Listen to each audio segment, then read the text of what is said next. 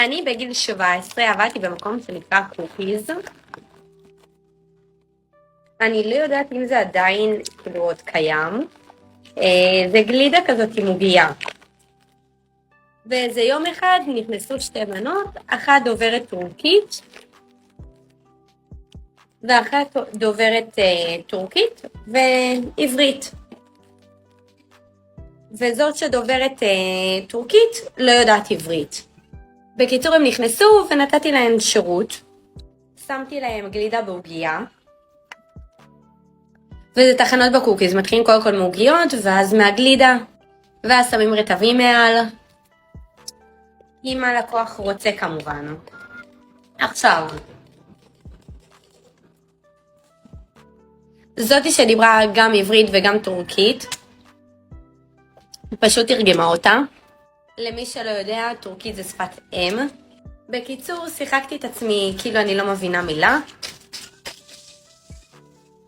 ממה שקורה שם, ונתתי לה לעבוד קשה ולתרגם. וואו. יכול להיות שיצאתי קצת חרה, אבל פשוט לא היה לי כאילו כוח. כאילו להתחיל לדבר איתם שאני יודעת טורקית. לא משנה, בקיצור, היא תרגמה ושמתי לה את הגלידה.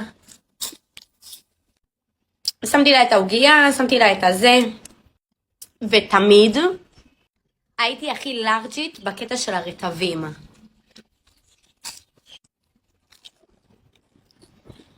בקטע שמגיעים לרוטב. למה אתם שואלים? כי אני שונאת שאנשים שמים, יש לי מיונז גם על השיער. אני שונאת שאנשים שמים, שהעובדים יותר נכון, שמים קצת ברוטב. כאילו מה אכפת לכם לפרגן קצת ברוטב? אז תמיד שמתי כזה קצת מלא רוטב. כדי לשמח את הלקוחות. כי אני יודעת שאנשים אוהבים שמפרגנים להם, לפחות אנשים נורמליים. ועוד ישראלים. הגענו לרוטב, ואז היא אומרת לי איזה רוטב לשים לה. ואז שמתי לה. ואז זאתי שדוברת רק טורקית, אומרת לזאתי שדוברת גם עברית וגם טורקית. היא אומרת לה בטורקית, כי מן הסתם היא בטוחה שאני לא מבינה. היא אומרת, מה יש לה מטומטמת הזו? למה היא שמה לי הרבה שוקולד?